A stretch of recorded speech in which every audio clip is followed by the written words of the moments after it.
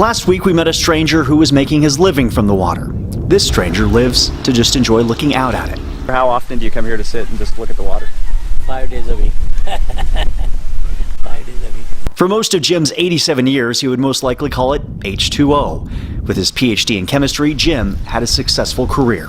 First, founding and teaching the chemistry department at the university in Zambia, Africa, shortly after it gained independence in 1964. Then coming to America as that country's economy began unraveling in the mid-70s. So I went to the American embassy to find out if I can emigrate to America. And they say, "What have you got?" I said, "I've got a PhD in chemistry." "Okay, what else?" I said, "My wife has a pharmacy degree." "Oh yeah, pharmacy? So bring your passports tomorrow and I'll get you the visa." Jim and his wife earned it, at first working for the Philadelphia Water Department for a couple of years before becoming the chief chemist for Detroit Water and Sewage. I worked for city of Detroit for 18 years.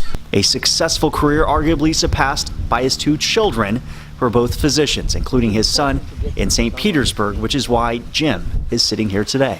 2000 he had a son, and then after 11 months he had a daughter.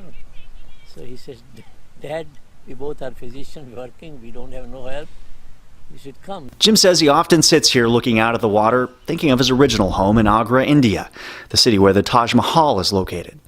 It's such a wonderful country, but still there is so much poverty, so much ignorance. Which is why sometimes he has trouble understanding people in his adopted homeland. You don't know how good you have it here, how good it is here.